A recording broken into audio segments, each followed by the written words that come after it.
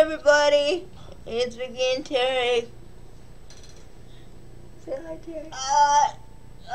You guys. Okay, we're not dead. Yay for not being dead. We had a little bit of an issue trying to, like, I was always able to make videos, but Terry wasn't. And then when I would try to get something arranged, something would come up where she would forget, I guess. But we have an announcement, thanks to, I think it was Zoe MX. Yes. That was it, I think. That's Zoe. Yeah, thank you. She's one of our subscribers.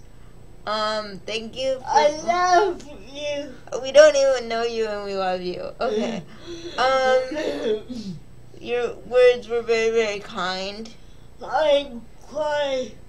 Oh yes, Terry cried, so there you go. I didn't cry, but I did get a little choked up. So thank you very much for that, Zoe. And thanks to Zoe, we have a little announcement to make. Starting today, Thursday. Yes. Once a week. On every Thursday, possibly Friday, depending on how long these things take to upload, but every Thursday we're going to make a video talking about some stuff. So, subscribe to this channel because new videos every week. We talk about test list. Yeah, we're going to talk about every week. Talk about something different. This week, we're going to talk about, I don't know why really this video should be made for Valentine's Day, but today we're going to talk about love, because everybody loves talking about love, and we're going to talk about relationships in particular, and some of the challenges that when you have a disability that we feel could come up. Yeah. Terry and I, at this point, have both had relationships. Hers lasted a lot longer than mine. A hell of a lot longer than mine. But anyway, we're not going to talk about that. We're going to talk about issues when you're disabled that we feel might come up. And we don't have the answers to a lot of these, but I feel I have the answers to some, and Terry, with her vast amount of experience over me, might have some answers as well. Okay, so, and these are advice that I really need to get in my own life that I don't, particularly use yet, so hopefully by telling them to you, I will force myself to use them in my own life. So here we go. I guess I'll start. And I think one of the main barriers, I can only speak for physical disabilities. I can't speak for somebody with a cognitive one. But for me, I know one of the major issues for me is just, like, going up to people and, like, asking somebody out. I mean, I do it because although it's scary as fuck, and it makes you want to, like, pee your pants. The prospect of, like, not having anybody, way scarier, and if you don't ask, you never know, right? So, but one of the main things, I think, and Terry, you can correct me if I'm wrong, is, that when you are disabled, you don't know how people are going to react to the chair. You know, that to me is a giant fear. I mean, I'm scared of how people will react to me as a person. But got that right. Apparently I have that right. Yay, I got something right. I'm very worried about the chair, and how people respond to it. So I think one of the best things to do is try to ask out somebody you're friends with, more than just, like, I know, like, going up to dances and stuff, that's weird. And I know some girls can just, you know, go ask a guy out at a bar and it's fine, you know? I'll go to movies. Yeah, or just, like, ask somebody out and it's fine. Like, ask some random person. when you're disabled, I don't think that's really an option. No. No, because you don't know how they're going to react to the chair and stuff. So if you ask somebody you know, it'll you know that they're all right with the chair. So that's totally cool. And then that's an obstacle that you know they're willing to deal with, and that if they reject you, it's not because of the chair, it's because of you, which, I mean, hurts more because I've used the chair sort of as a crutch emotionally sometimes.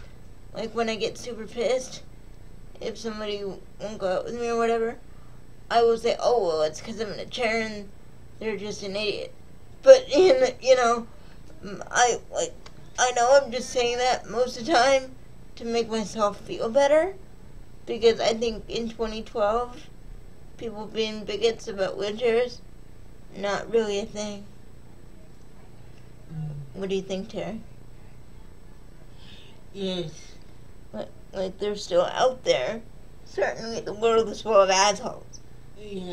But really, the stigma of, oh, well, you're disabled, so I'm not gonna date you, or, oh, you're in a chair, so I'm not gonna talk to you. Very rare. Sorry. But it's good God, I feel you got to go first. Yes, Jared's right. The good old fishing metaphor.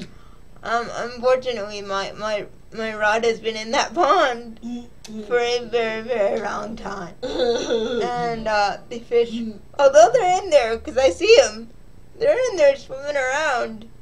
They aren't exactly biting at this point. Not yet. Not yet.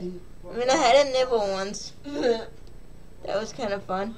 But, yeah, it didn't really work out. So I mean, the one relationship I did have was with somebody who already knew about the chair. We'd been friends for a while, not really close friends, but still friends, so he understood the chair and didn't care about it. I think that's very important, to do that. So really, even if you go on a dating website, which I plan to do fairly soon, go the eHarmony route, just become friends first, because, you know, if you try to jump into a relationship, the stigma, sorry, Terry, is there something you wanted to say? It's very important first. Yeah, friends. And friends first. Yes, friends first. Yes. Very, very important, because if you go jump into a relationship, this is what I think bit me in the ass in mine, is if you jump into a relationship, people get freaked out by that. Like, they're all gung-ho, and then they get into it, and they're like, oh, shit, now we gotta, you know, now there's expectations and things. So I don't think that's just true of disabled people. I think that's true of people in general, as a species. But yeah, so that's another thing. Again, and I'm gonna get really blunt here. So if you're uncomfortable with the SEX talk, then leave, because this isn't for you. When it comes to sex and relationships, as I've mentioned on this channel before, just because I'm in a wheelchair doesn't mean I don't want that. So if that's the case and you've been dating with somebody for a while, or maybe not a while, I don't know, it all depends on how you feel, but if you got to a point, say that you wanted to have sex, it's very important to be very open about that, because when you have bodies like mine and Terry's, Be sure first. yeah, be sure, you're right, be very sure. But when you have bodies like mine and Terry's that aren't, we can't really do the whole seduction thing because our bodies won't allow us to. We can't really make a move because our bodies are screwed up. So, and I don't mean that in a bad way, so don't get all commenty like, your body is not screwed up and you're beautiful and blah, blah, blah. Like, no, I'm not saying that. I think I'm awesome, but, my body kind of sucks when it comes to, like, moving and shit. No, it doesn't. It does when it comes to moving and shit. Yeah, it has nothing to do with the way I look. It's just moving is hard. So, really, you gotta be very open and very honest. And, I mean, communication in a relationship is always key.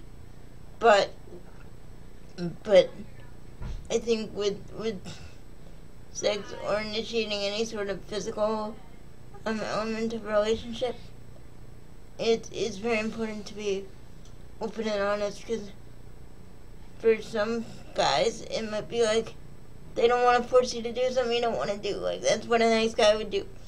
But so they don't push, they don't try things, and then you'll never get anywhere because they're not trying anything and you physically can't. So you have to be very able to talk and say, you know what, this isn't really the way I wanted it to go, but I feel that I'm ready to do this. Can we try this? Because if you got the type of dude who doesn't want to initiate things, then you have to, at least on a talking level. Try something different. Yeah, and you have to be comfortable enough when your body doesn't work properly to try new things and try stuff. It's all trial and error. Practice makes perfect, and this kind of practice is fun, so it's all good. But yeah, and most importantly, I think you have to be comfortable with yourself, which is something I'm struggling with. Terry, do you struggle with that? Being comfortable with yourself? Yeah, and life. And what have you found helps you? Be yourself. I know, but I mean, you've just said you don't always feel comfortable with being yourself, right? Yeah. So when you feel like that, when you feel like, oh, I don't like who I am, or I wish I could change this or change that, what makes you stop those thoughts? No. You just tell yourself no? Yeah. You have to stop that negative thinking? Yeah. I know for me... And be happy. Yeah, but you can't just be happy. You gotta, figure out a way to make yourself happy. So I know for me, and this was a trick one of my old psychologists taught me, and it works really well when I put it into practice, is you, for every one bad thing you list about yourself, like if you say, for example, oh, I know this is one for me, at least physically, it's, oh, I hate my hands. Because as you can see, they're sort of curled in and they look kind of funny. So I know for me, my hands have really been a physical thing about myself that I don't like a lot. Put me in my stomach. For Terrence or something.